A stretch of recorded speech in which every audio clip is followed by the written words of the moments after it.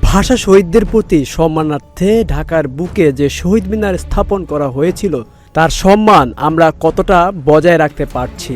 জুতা পরে হাঁটাচলা করা, চারপাশে ফেলে রাখা ময়লা আবর্জনা, ধূমপান করা এবং স্তম্ভের নিকটে দাঁড়িয়ে প্রস্রাব করা যেন হয়ে উঠেছে প্রতিদিনের চিত্র।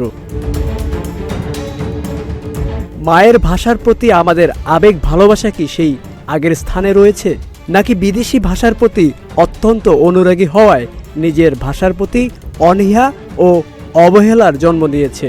অথচ একটা সময় এই জাতি নিজের ভাষাকে এতটাই ভালোবাসতেন যে অস্তিত্ব রক্ষায় নিজের জীবন বিলিয়ে দিয়েছিল। আজ তাদের মাঝেই সেই ভাষার প্রতি অনীহা।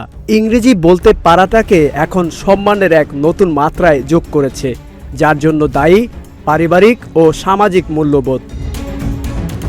শহীদ মিনার প্রাঙ্গণে খালি পায়ে হাঁটাচলা করার নির্দেশ থাকলেও ফেব্রুয়ারি মাসের 21 তারিখ ছাড়া তা কেউ মেনে চলে না।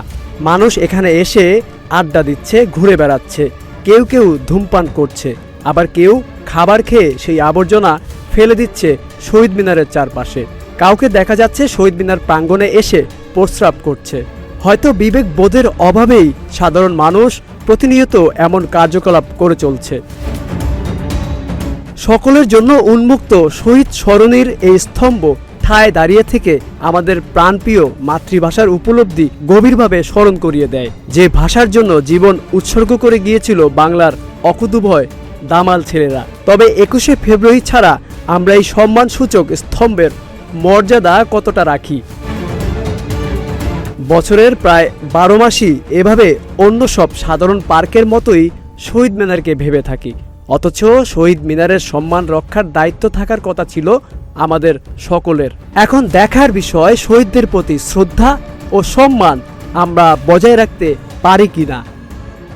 News desk, news flash 71।